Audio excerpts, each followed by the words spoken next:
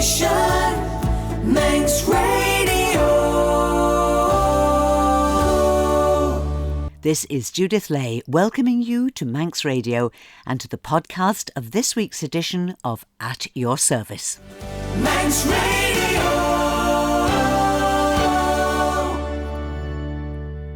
Today is Advent Sunday, the start of a time of preparation for the great celebration of Christmas that thankfully has nothing to do with finding that perfect gift or planning an amazing party, but instead calls us to think about the themes of hope, peace, joy and love, and what those Christian values have to say to us in our troubled and often challenging world.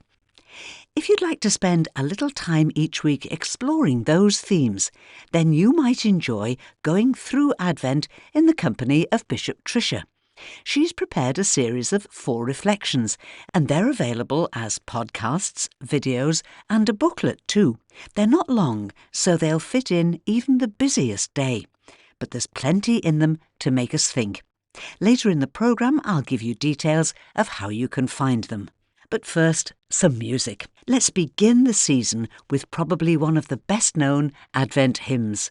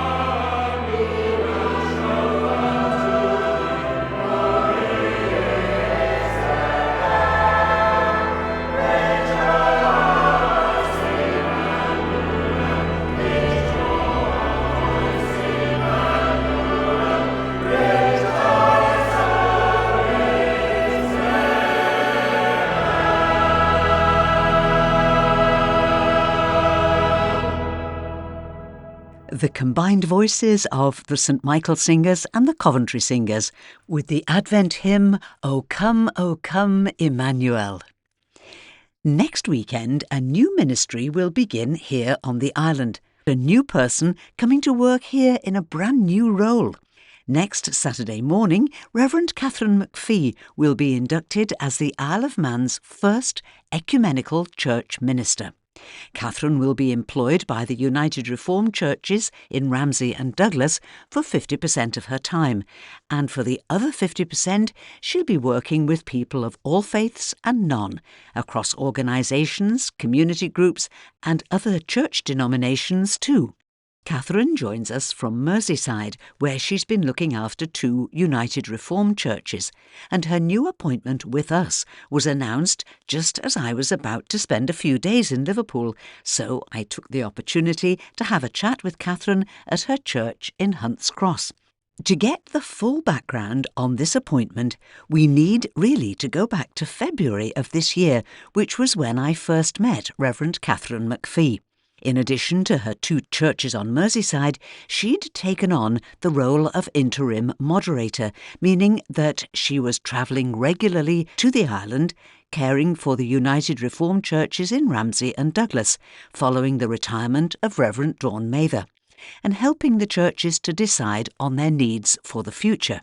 The way the United Reformed Church works is that they decide, talking to church members, the kind of appointment that's needed for the future. Then that is offered to all serving ministers in the United Reformed Church. And then they wait for God to call somebody to step forward and take on that role. Well, the person that God spoke to was Reverend Catherine. Catherine, good morning. It's great to meet you again. Good morning, Judith. It is a pleasure to meet with you again. Catherine, I was delighted to hear that you were the one who had felt that you were called to this. How did all that come about? Well, as you know, I've been working with the 2 churches, Ramsey and Douglas, for about 18 months, really, to create a post for the future. And I remember somebody asking me in July 2024 whether I would apply for the job, and I said, absolutely not. I have done my island living and I'm not doing it again. And then I was over in January to take a service, and I was speaking to Andrew in Ramsey, and I said exactly the same thing to him. I've done my island living, but that time it didn't ring true. There was something in me saying, really? You've done your island living? Anyway, the post was agreed by the URC, and then the advert went out. And when it went out, I thought, actually, I really would like to do that job. I wonder if that's my next calling. Catherine, let's just press pause a second there. Tell me a little bit about the island living that you've done, please. So I was a midwife in Lerwick, Shetland, for 5 years in my 20s. I actually was born in Lerwick, but I was only there for a year and a bit when I was a child. But I went back in my 20s to be a midwife. Island living is different. You know, you don't have to sort of carry those differences with you all the time, but there's an awareness that island life is different. And a bit more realisation that actually you are on an island and you can't just go away like that. I remember when I moved to Shetland, I decided that at that point in my life, wherever I was my home, so that I wasn't hankering after somewhere else that I just couldn't get to after 6 o'clock when the boat sailed. And I was then on the island for the rest of the night. You need to find ways of looking after yourself wherever you are. And I've moved a lot in my life, so that philosophy has stood me in good stead when I've moved to other places that I didn't know anybody when I moved there. And I think, you know, because I've moved a lot, I've always been the incomer to a community. And probably a lot of ministers feel that. But being an incomer gives you a very different perspective on life than it does if you're been born and bred there, that you don't notice things the same as somebody with fresh eyes. So I'm kind of hoping to bring that to my new role. And this brings us neatly round to your new role, which is very, very different from anything that we have seen in the United Reformed Church on the Isle of Man before. So tell me a little bit more about that, please, Catherine. So it's an ecumenical post. So I will be minister of the 2 congregations, St Andrews in Douglas and Trinity Ramsey, but with a special focus of building relationships with other churches. The URC with other churches, but hopefully other churches together in general, and finding ways in which we can work together, spread the gospel together, and support each other. Now, of course, the congregation in Ramsey have already taken a big visible step in that they and the Methodists in Ramsey both gave up very, very big and costly buildings and now worship together in the hall attached to St Paul's Church in Ramsey. Very different community from St Andrews in Douglas, who have that church, which is a hub for the community in Douglas, isn't it? Have you already had some conversations with other church leaders during this process? Yes, I have had some conversations with the Methodist Church. I spoke to John Powell when he was at the Elim Pentecostal Church, and I've been to Came as well, to their leaders' meeting. Came Churches Alive in Man, the group that draws together the leaders of all the denominations on the island. So actually, that's a good way of meeting everybody and then meeting you. And did you feel that there was a great enthusiasm for your appointment? Yes, before we advertised it, I went to present, this is what we're thinking and we would like your support. And so we got some letters of support to send to the URC when we submitted our application, which was so encouraging. Did you have to sort of sell this new way, this new post to your own hierarchy in the United Reformed Church? Yes, in 2023 at the General Assembly, they decided to create 6 ecumenical posts to kind of try and revive the kind of ecumenical background of the United Reformed Church, because we are already a union of different denominations. And so 3 were released in 2024, 3 were to be advertised in 2025, but we had to submit an application of what we thought our idea for an ecumenical post was. And when Don left the Isle of Man, we thought this would be an ideal opportunity to create something different and a bit more strategic for the Isle of Man. Catherine, I think I need a little bit of history from you, please, to help me here. You said that United Reformed Church is a union of different denominations. What does that actually mean? So could you just give us a little history lesson, please, on that? And I hope I do get this right. So the United Reformed Church was formed in 1972 with a union between the Congregational Church in England and the Presbyterian Church of England and Wales. And they came together, and so that was 72. I think it was 1980 where the Churches of Christ joined. Well, the majority of the Churches of Christ came in, and then in 2000 the Congregational Church in Scotland joined the URC. So you're absolutely right. That desire to work ecumenically is at the core of the denomination. Now, let's talk about where we are. We're in, as I said, in Hunts Cross. It's the United Reformed Church here. It's a big building, but outside there's a huge queue of people with shopping trolleys. What's going on, Catherine? On a Friday morning, our hall is used by an organisation called Zero Waste, and they go round, they've got contacts with different supermarkets, and they go round and collect food that is about to go out of date. And then people can come and take it for nothing. So it's to avoid it all going to landfill or to the incinerator. And it's obviously very popular because you said it doesn't open until 11 o'clock and people have been queuing since very early? Yes, I mean, I arrived at 9:45 and there was already a good half dozen people in the queue. So, yeah, it's popular. Reaching out into the community is going to be the key to what you're planning to do. Now, I'm not going to be ridiculous and say, so what have you got planned for the island? But what would be your first priorities, Catherine? Well, I think because I'm at the beginning of December, then I think availability of lots of people to speak to might be just a bit limited because everybody has all their Christmas preparations going on. So for my first priority will be to get to know the 2 congregations and to get a feel for what the church life is like in both Ramsey and in Douglas. And then I want to start having conversations with people. Church leaders, people who do coffee groups and book clubs, anybody who is involved in the life of the church, I would love to have a conversation with and just listen to what is happening and listen to see what they feel is missing. And is there something that the church can do to that? But at the moment, the first thing will be having conversations and listening to get a feel for island life. And actually, Christmas, although you're right, it's a busy time, it will actually be a great way because there'll be all kinds of carol services, Advent services, all kinds of things you can just slip into and meet folk there and without necessarily the spotlight being put on you all the time, which you probably don't want that whilst you feel your way around, do you? No, I don't. And I thought about that, find out where all the carol services. And I love singing carols.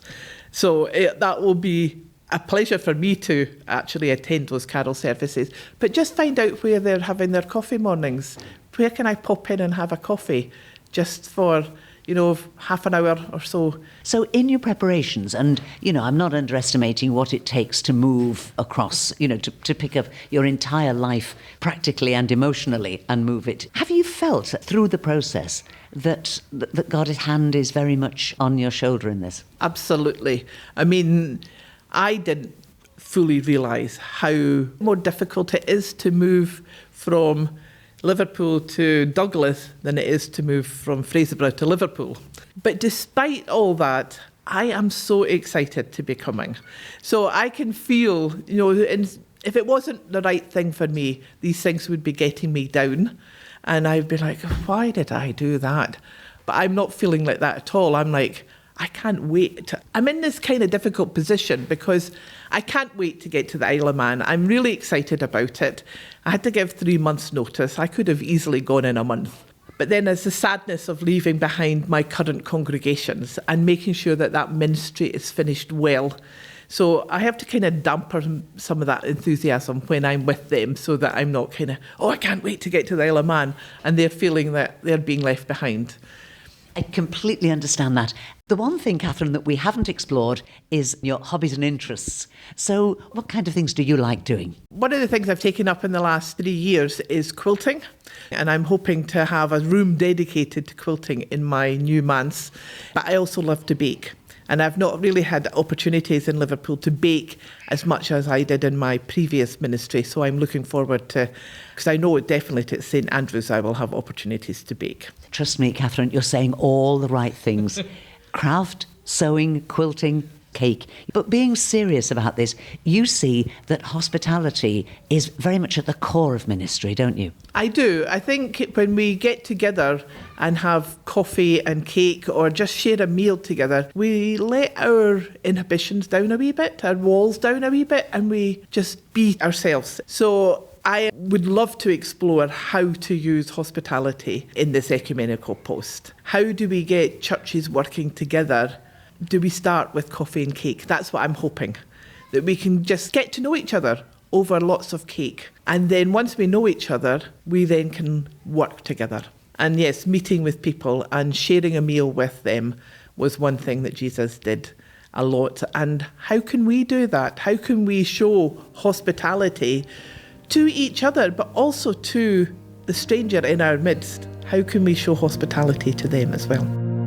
For the joys and for the sorrows, the best and worst of times, for this moment, for tomorrow, for all that lies behind. Fears the crowd around me, for the failure of my plans, for the dreams of all I hope to be, the truth of what I am.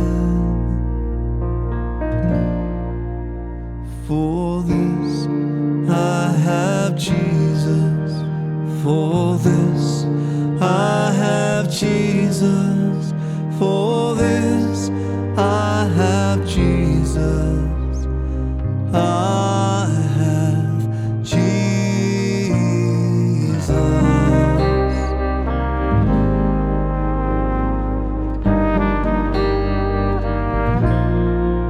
Graham Kendrick and For This I Have Jesus. and I've just been talking with United Reformed Minister Reverend Catherine McPhee, a conversation I recorded whilst she was still in Hunts Cross on Merseyside. But of course, she's now moved to Douglas and will be inducted as the island's first ecumenical church minister in a special service in St Andrew's United Reformed Church on Glencrutchery Road here in Douglas next Saturday morning, and we're all invited. Yes, my induction will be Saturday the 6th of December. It's 11 o'clock in the morning and everybody is welcome to attend that. It is an open invitation followed by refreshments to allow people to mingle. Reverend Catherine McPhee, thank you very much indeed for making me welcome here in Hunts Cross, and we so look forward to welcoming you to the island. Thank you, and I look forward to seeing you on the 6th of December. I have Jesus.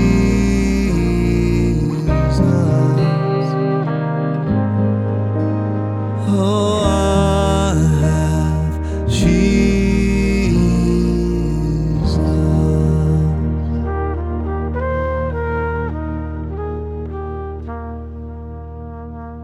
At the start of the programme, I mentioned Bishop Trisha's Advent course. 4 sessions looking at what the Christian truths of hope, peace, joy and love say to us in the uncertainty and turmoil that we see in our world and often in our personal life too.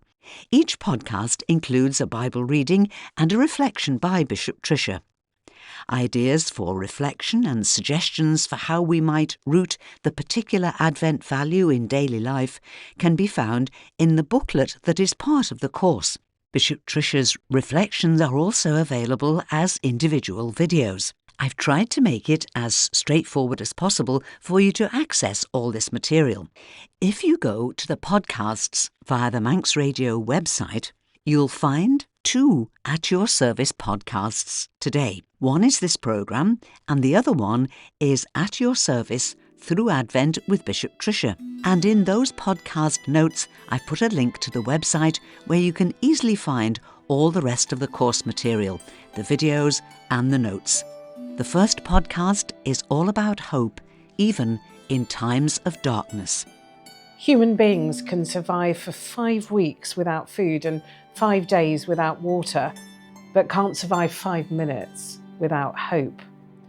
As Advent begins, we think of the hope that is available to us because of the child whose birth we're going to be celebrating in just a few weeks' time. But as we do so, it's important that we remember that hope is more than just wistful thinking or naive optimism.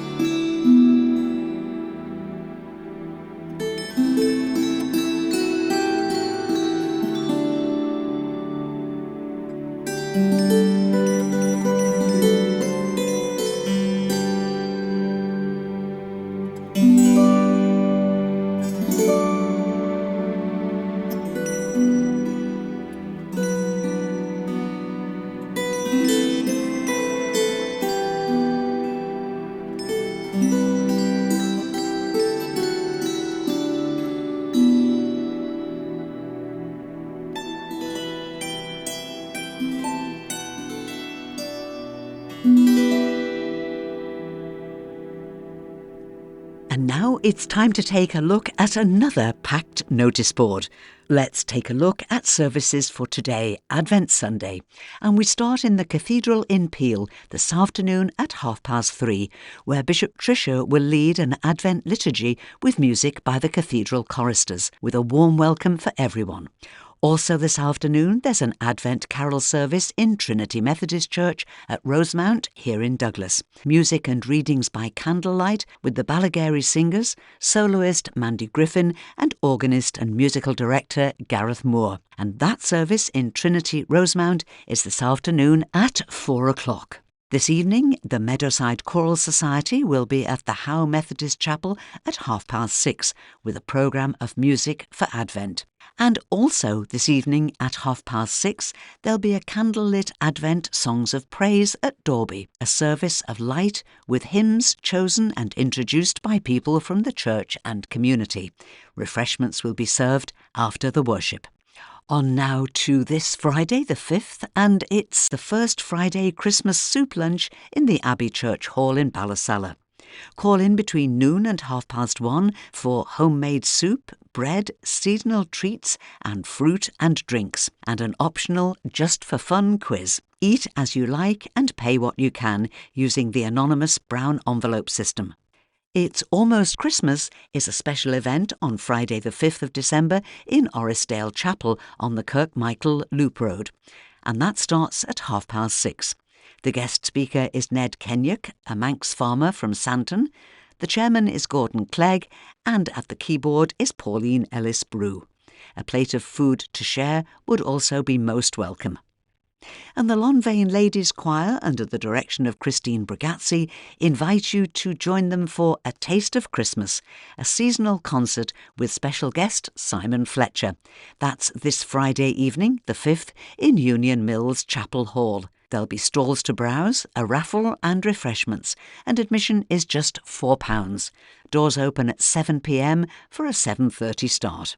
On to next Saturday, the 6th, and there's a Christmas coffee morning in Colby Methodist Church from 10 until noon. And Sandygate Chapel invite you to their Christmas Tree Festival in the chapel next Saturday, the 6th, open from 10 a.m. to 2 p.m, with a tabletop sale, a raffle and seasonal refreshments. Glenmay Christmas Craft Market is also next Saturday, open from 11 a.m. to 4 p.m. in Glenmay Chapel and Community Centre, with a visit from Father Christmas between noon and 3 p.m. Entry is free, with homemade light lunches and other refreshments on sale, and as usual there'll be all kinds of homemade produce, handicrafts and gift items on sale. And we finish with a look at some services next Sunday, December the 7th. St Thomas's Church, just off the promenade by the Gaiety Theatre here in Douglas, invite you to join them for a St Barbara's Day service for Royal Artillery and other veterans. That's December the 7th at 11 a.m. Also, next Sunday, the 7th, at 11 a.m, the Abbey Church in Ballasalla hosts the parish Christingle service, followed by orange-themed refreshments in the church hall. Sulby Methodist Church at the Crossroads in the village invite you to join them next Sunday afternoon at 4 o'clock, when they'll be showing a family-friendly film and serving light refreshments. And then it'll be time to go outside and watch the Young Farmers Tractor Parade. There's no need to pre-book, just come along, but all children must be accompanied by an adult, please. A Christingle family service will be held at the Cool Methodist Chapel on Cool Road at the top of the Isle of Man Business Park next Sunday the 7th at 5 p.m. This is for the Children's Society, and all are welcome at this very popular service. And also next Sunday evening, the Mariners Choir will be in Ballakilferrit Chapel at 6:30 for a service led by Mr Kevin Mort, with, as usual, supper and community hymn singing afterwards. And that's all we have time for now, but I have got lots more notice board news, and I'll share it with you when I come back tonight at 9 o'clock with Sundown. And I'd love you to come and join me in our virtual lounge for easy listening music with your requests and dedications. And so, till whenever we meet again, this is Judith saying thank you for listening and wishing you and those you love a blessed and peaceful Advent week and a very good morning.